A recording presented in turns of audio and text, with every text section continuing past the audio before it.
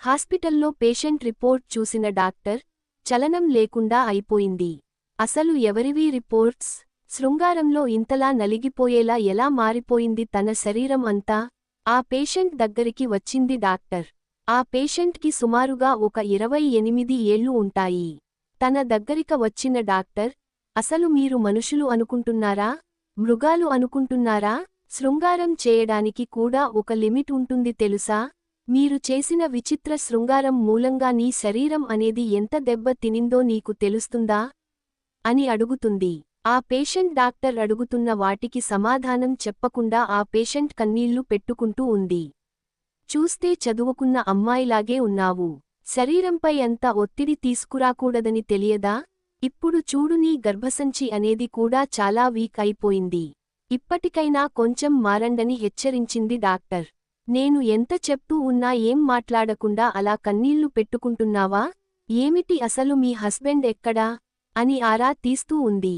అందుకు సమాధానంగా ఆ పేషెంట, నా భర్త రాలేదు మేడం, నేను మాత్రమే వచ్చాను. నీ భర్త రాకపోవడం ఏమిటి? అసలు నీతో ఎవరు వచ్చారు? వాళ్ళని పిలువు, నేను మాట్లాడాలి అని అడిగారు ఆ డాక్టర్. నాతో ఎవరు రాలేదు మేడం, నేను మాత్రమే వచ్చాను. నాకు శరీరం సహకరించడం లేదని నేను ఒక్కదాన్నే వచ్చాను మేడం అంది ఆ పేషెంట్. ఒక్కదానివే రావడం ఏమిటి?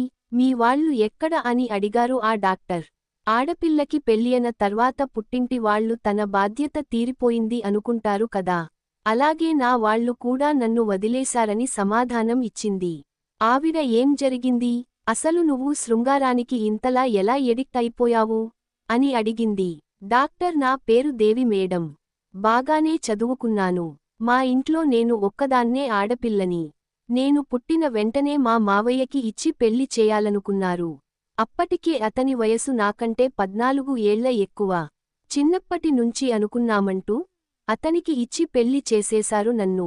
అది మా మొదటి రాత్రి. మగాడికి తెలిసినంత శృంగారం ఆడపిల్లని నాకెలా తెలుస్తుంది?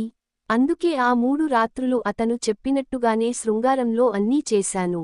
3 రాత్రులు ఆచారం కదా, అందుకే అతను నాతో అలా నడుచుకున్నాడేమో అనుకున్నాను. కాని ఆ తర్వాతే తెలిసింది నాకు, అతనికి శృంగారం అంటే పిచ్చని. ప్రతిరోజు తాగొస్తాడు. ఆ మత్తులో నన్ను విచిత్ర భంగిమలు వేయించి శృంగారం చేయిస్తాడు. మత్తులో అది అతనికి తెలుస్తుందో లేదో తెలియదు. కాని నాకు మాత్రం ఆ క్షణాలు నరకంగా అనిపిస్తాయి. ఫోన్లో బూతు వీడియోలు చూపిస్తాడు. ఆ వీడియోలో ఉన్నట్టు నాతో చేయాలని కోరుకుంటాడు. ప్రతిరోజు అతనికి శృంగారం ఉండాలి మేడం. ఆఖరికి నాకు నెలసరి సమయంలో కూడా నన్ను విడిచిపెట్టడు. ఈ విషయానికి ఎన్నోసార్లు మా ఇంట్లో చెప్పుకొని బాధపడ్డాను. నా శరీరం తట్టుకోవట్లేదని కన్నీళ్లు పెట్టుకున్నాను.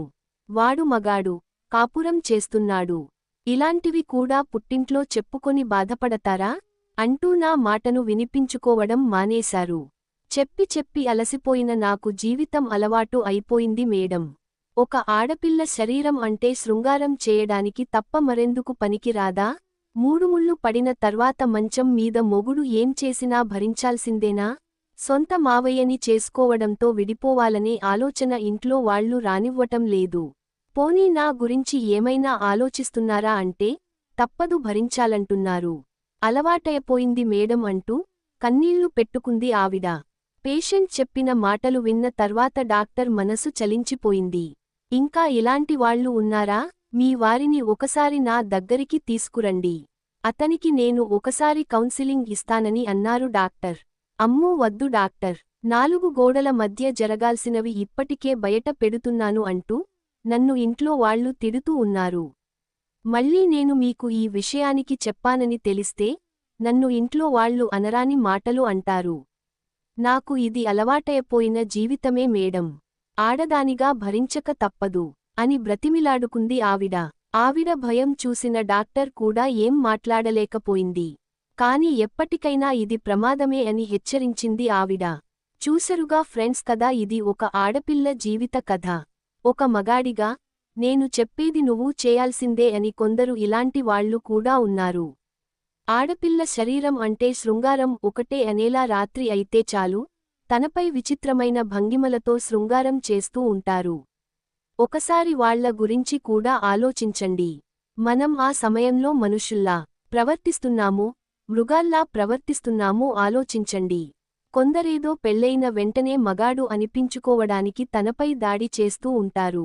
సంవత్సరంలో పిల్లలు పుట్టాలి అంటారు. ఇంట్లో వాళ్లు కూడా అంతే, పెళ్లైన వెంటనే మా చేతిలో ఒక బిడ్డని పెట్టండి అంటారు. మీరు కోరే ఆ కోరికల వలన అక్కడ ఒక ఆడపిల్ల ఎంత నరకం అనుభవిస్తుందో ఆలోచిస్తూ ఉన్నారా? ఇప్పటికైనా శృంగారం పై అవగాహన తెచ్చుకోండి.